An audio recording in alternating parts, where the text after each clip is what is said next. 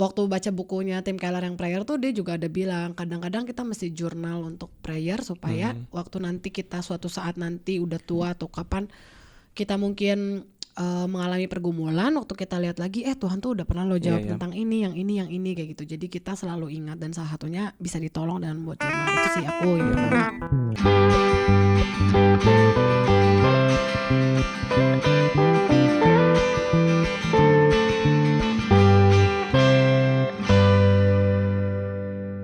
Halo teman-teman, selamat datang kembali di Jalan Bareng Podcast. Ya. Perkenalkan, aku Bobby dan ini istriku. Saya Pri. Ya, kami baru adalah host dari podcast ini. Betul. Ya, mohon maaf ya kemarin 2 bulan kita nggak take episode podcast. Ya, tapi ini kita kembali lagi dengan semangat yang baru. Di tahun yang baru. Tahun yang baru. Nah, semoga teman-teman semua kondisinya sehat ya. Ya, amin. Yang di Indonesia juga. Dan dimanapun ya. Oke, jadi seperti yang tadi Bobby bilang, kita udah kembali di tahun yang baru ini. Jadi kita juga mau ngobrol soal apa sih harapan, target atau apapun lah yang mau dicapai di tahun yang baru ini gitu. Biasanya kan ini di awal Januari ya, tapi ini kita baru bicara hal ini di bulan kedua. Tapi nggak apa-apa, ya kan? Resolusi nih maksudnya. Iya, intinya sih ngomong resolusi gitu. Ya. Cuma terlalu malu untuk ngomong karena udah di Februari. Woi, udah telat lu gitu ya. Iya gitu. Tapi kan nggak apa-apa ya. Maksudnya yang paling penting kalau ada satu artikelnya di Sharinggat tuh aku baca, jangan cuma berhenti di resolusinya. Maksudnya yang paling penting tuh bukan kata-kata atau kayak poin-poinnya. Malah justru setiap hari tuh kalau untuk orang Kristen adalah resolusi. Maksudnya kita harus pikir hari ini kita mau ngapain gitu untuk Tuhan. Apa yang mau aku kerjain kayak gitu. Jadi bukan justifikasi ya, tapi ya gitulah intinya. Oke. Nah, pertanyaan pertama, apa sih yang kita berdua akan sharing, apa yang jadi harapan atau target atau improvement yang mau di secara general lah, overall in life di tahun baru ini. Dulu dari Bobby lah. Aku dulu. Kepala keluarga. Nah, jadi apa yang aku rindukan untuk tahun ini bisa terjadi itu gak terlepas dari tahun-tahun sebelumnya. Secara khusus tahun 2021. Itu dimana kami berdua itu ikut persekutuan keluarga Kristen lah. Memang untuk keluarga, suami istri, dan kita tuh di sana di challenge banget. Waktu kita ikut pertama kali kita di challenge tentang hubungan kita sebagai pernikahan ya, suami istri. Arsis Sproul kan. Bukunya dan kemudian bukunya Paul David Tripp yang 14 itu ya. 14 bab. Dan kemudian terakhir lagi itu bukunya John Piper, This Momentary Marriage. Dan kita tuh di challenge banget baik sebagai pasangan maupun sebagai orang tua. Jadi apa yang aku mau dari tahun ini itu adalah aku tuh bisa grow di dalam menjalankan peranku sebagai itu tadi, suami untuk kamu, ayah atau bapak untuk si Farah dan si Emma kayak gitu. Bagaimana ya supaya kamu bisa kusiram juga secara spiritual. Si Frasema juga menggali firman Tuhan, belajar baca firman Tuhan gitu dari kecil, belajar tentang worldview kekristenan gitu, meta narasinya Tuhan di dalam Alkitab, di dalam hidup kita kayak gitu. Itu jadi kerinduanku sih. Meskipun jatuh bangun tahun yang lalu itu jatuh bangun lah, banyak pelupanya. Dan akan selalu jatuh bangun. Iya, jatuh bangun lah ya. Karena ya kekuatan bukan dari diri kita kan, tapi dari Roh Kudus yang ada di dalam hidup kita. Itu aku yang pertama. Kalau kamu? Menyambung dari Bobby, tapi secara spesifik sih kalau di tahun ini pengen bertumbuh, improve kehidupan doa gitu.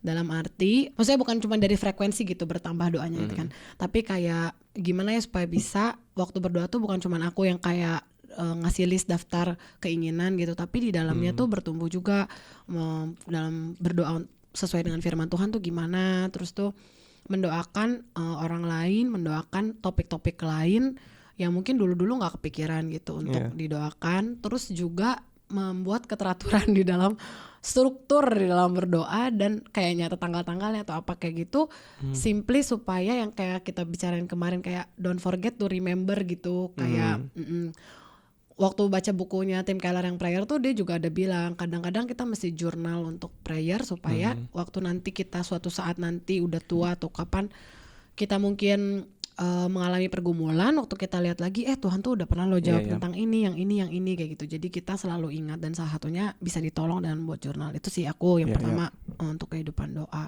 Ini terus aku sambung aja lagi ya. Kalau yang kedua kalau aku in general menyambung dari yang Bobby juga tadi, sama aku juga kan lagi tesis, jadi lagi bergumul juga untuk panggilan ke depannya kayak gimana gitu. Maksudnya bukan panggilan yang kayak gimana gitu ya. Ya kan udah ada juga sebagai ibu, sebagai istri gitu kan, sebagai murid gitu. Tapi maksudnya dalam hal kayak gini udah belajar nih, dikasih Tuhan kesempatan nih, apa ya yang mau Tuhan kerjain, dan itu aku pikir di tahun ini harus sungguh-sungguh digumulkan gitu. Ya. Kalau kamu apa tadi kan Tadi kan aku cuma bilang pertama ya, berarti ada yang kedua. Iya. Kalau yang kedua aku mau belajar sih untuk actively grow in wisdom. Ya, wisdom itu kan bukan sesuatu yang bertambah di sini doang kan. Yang di kepala doang, tapi juga di dalam hati, emosional, feeling, spiritual, itu juga perlu wisdom lah gitu. Dan kita baru belajar dari bukunya Brad McCracken, aku suka salah nyebutin namanya. Ya, bukunya namanya Wisdom Pyramid. Kita akan bahas di next episode. Ya, intinya adalah sama kayak food pyramid. Ya, wisdom pyramid itu juga penting lah untuk kita tuh kasih nutrisi yang baik lah untuk wisdom, untuk jiwa kita gitu. Supaya dari situ kita bertumbuh sehat, besar, kuat kayak gitu, dan bisa menghadapi masalah-masalah pergumulan, bahkan juga pencobaan ataupun affliction kayak gitu. Ya, pergumulan yang dari yang ringan sampai yang berat tuh butuh wisdom sih. Dan itu penting sekali, apalagi di tengah-tengah dunia ini yang informasinya banyak, tapi wisdomnya dikit. Iya, benar, dan filternya sedikit. Filternya juga sedikit. Nah, itu sih. Oke. Kemudian, nah habis itu kan kita tadi udah share, yaitu in general kita mau apa. Nah, teknisnya atau misalnya kayak praktisnya, misalnya apa nih? Missionnya gitu. Missionnya, kebiasaan atau kebiasaan baru yang mau dilakukan, atau kebiasaan lama yang udah ada terus kita mau improve atau kita mau pertahankan gitu. Dari kamu dulu lah. Tadi ya, kan oke, aku udah. boleh. Kalau aku tadi kan kalau soal doa, nah baru-baru ini udah share sama Boy juga, ya iyalah ya, orang teman serumah. Nah jadi ada satu app Tiap malam. ada satu app yang menolong lah untuk bisa mengorganize kehidupan doa gitu. Ini udah dipakai sebenarnya dari awal bulan ini ya gitu. Nah tapi kita masih melihat dulu nih gitu, apakah works untuk kita gitu. Appnya bagus, bukan berarti kalau kita nggak bahas terus appnya nggak bagus ya, bukan. Maksudnya kita bisa nggak gitu tertolong dengan app ini. Tapi intinya sih yang di app ini menurut kita manfaatnya, kita bisa nyatet, journaling, abis itu. Nama appnya apa Pak? Prayermate namanya. Yaitu kita bisa juga connect ke organisasi-organisasi lain, nanti dimasukin ke dalam appnya itu, terus kita bisa doain misalnya organisasi misi atau apapun lah gitu. Jadi lagi mencoba untuk itu dan engage sama anak-anak juga ya. Jadi kayak kita bikin ada prayer kubiks gitu, kayak kubus, nanti kayak dilempar, kakak doain apa hari ini, mama doain apa hari ini, kayak gitu. Jadi membangun situasi ke anak-anak tuh bahwa prayer tuh pertama enjoyable gitu ya, prayer tuh atmosfernya tuh menyenangkan gitu ya, dan yang di expected di sepanjang hari kayak gitu, supaya kalau aku dulu soalnya inget doa misalnya keluarga, aduh males gitu. Lama nih gitu. Aduh nih pasti. Apalagi kalau bapak-bapak yang pimpin. Ya terus kayak aduh ntar gue disuruh lagi nih paling kecil kayak gitu. Tapi kayak membuat mereka tuh membangun kondisi mereka tuh senang berdoa, karena mereka tahu waktu berdoa tuh aku ngomong ke Tuhan tentang diriku, tentang kebutuhan orang lain kayak gitu. Betul. Terus ya itu yang pertama. Terus kalau yang kedua menyangkut soal panggilan, ya karena yang dikasih sekarang di depan mata adalah mengerjakan tesis, jadi ya kerjakan tesis semaksimal mungkin, jadi koram deo gitu waktu ngerjain tesis. Jadi apa yang dikasih di depan mata ya kerjain, karena aku tuh lagi ada di hadapan Allah gitu. Jadi kerjain dengan semaksimal mungkin, sebaik mungkin effortnya yang bisa aku kerjain, dan serahkan nama Tuhan. Terus ya rajin membaca, membaca berbagai literatur yang menyenangkan ataupun yang challenging. Ya ataupun yang challenging, karena kan kalau aku cenderung memilih literatur yang ya memang sepaham sama aku, tapi lagi-lagi dari buku yang Brad McCracken itu ditantang untuk kayak kadang-kadang harus baca juga yang lain gitu. Nice. Kalau dari aku hal praktis itu tadi kan soal peran ya. Suami bapak itu berarti ya lebih engage lagi lah ke kalian. Kalau ke kamu lebih sering ngobrol hal-hal yang Kayaknya kalau kita ngobrol terus sih. Ngobrol terus lah. Tapi apa ya? Selalu direct percakapan kita itu ke hal-hal yang di atas gitu lah. Ya, bukan kayak perkara-perkara yang di sini doang gitu. Kayak aduh cicilan, aduh misalnya gitu doang. Aduh tabungan nggak ada. Aduh gitu doang. Aduh nanti cari kerjaan yang salary-nya berapa ya gitu. Atau kan, ada nggak kerja? Ada nggak kerja ya gitu. Tapi ya direct ke percakapan ke kamu tuh lebih apa ya? Lebih mendarat lah kepada apa ya?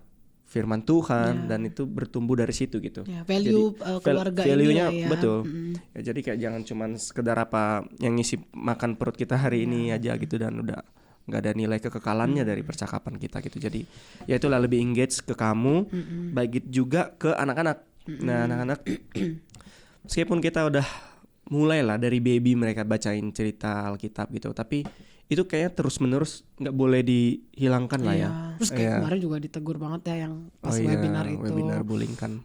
Gitu. Jadi ya lanjutkan silakan. Iya. Lebih engage. Orang berbakat aja 1-14 kali butuh dikasih tahu katanya. 4-14 kali. Oh 4 ya bukan 1 ya. 4-14 kali. Kalau kebanyakan bisa sampai 14-250 kali. Jadi ya benar itu ulangan 6 itu benar itu. Iya benar. Mengajarkan berulang-ulang itu memang wajib. Iya. Ya jadi ya aku lah lebih engage ke kamu karena anak nggak bosan dengan peran itu dan terus menerus apa ya challenge mereka juga. Kasih kakak tuh apalagi kan. Ya pikirannya udah apa ya makin hari makin tajam dan deep thinking banget dan itu juga membuat aku ya ke hal yang dua yang tadi kan actively grow in wisdom. Ya jadi sebagai orang tua nggak cukup cuman secara pasif gitu mendapatkan wisdomnya. Secara pasif itu misalnya kayak dengar khotbah atau kayak dengar podcast betul atau baca artikel. Ya, tapi juga aktif mencari gitu. Aktif mencari dalam artian gini, kalau misalnya kita ketemu term atau sesuatu yang kita bingungkan atau topik khusus yang kita nggak tahu, kita aktif gitu mencari topik itu. Apa ya? Mencari knowledge untuk mengisi wisdom kita dan itu pun nanti bisa kita transfer untuk anak-anak kita gitu kan. Dan iyalah belajar cari wisdom. Nanti ini lengkapnya wisdom ini nanti di episode berikutnya ya. Dan itulah lebih banyak lagi membaca yang buku-buku non rohani. Ya jangan hanya baca buku ya meskipun baik tapi kalau itu ada tuh bandingannya tuh kayak misalnya 1:3 misalnya dari banyak macam ya misalnya dari 3 yang literatur yang emang kita minati satunya tuh yang satunya tuh yang beda sama kita gitu yang opposite gitu kayak gitu misalnya kayak baca klasik benar gitu kan. itu setuju. Terus baca buku kontemporer juga yang mungkin di review di New York Times bagus coba kita lihat nanti kita beli atau baca fiksi betul. Soalnya baca fiksi banyak banget sih sebenarnya yang belum dijelajahi. Apalagi di sini ada Start Bibliotek, itu public library itu bisa jadi resource juga. Ya, dan juga banyak second hand itu juga.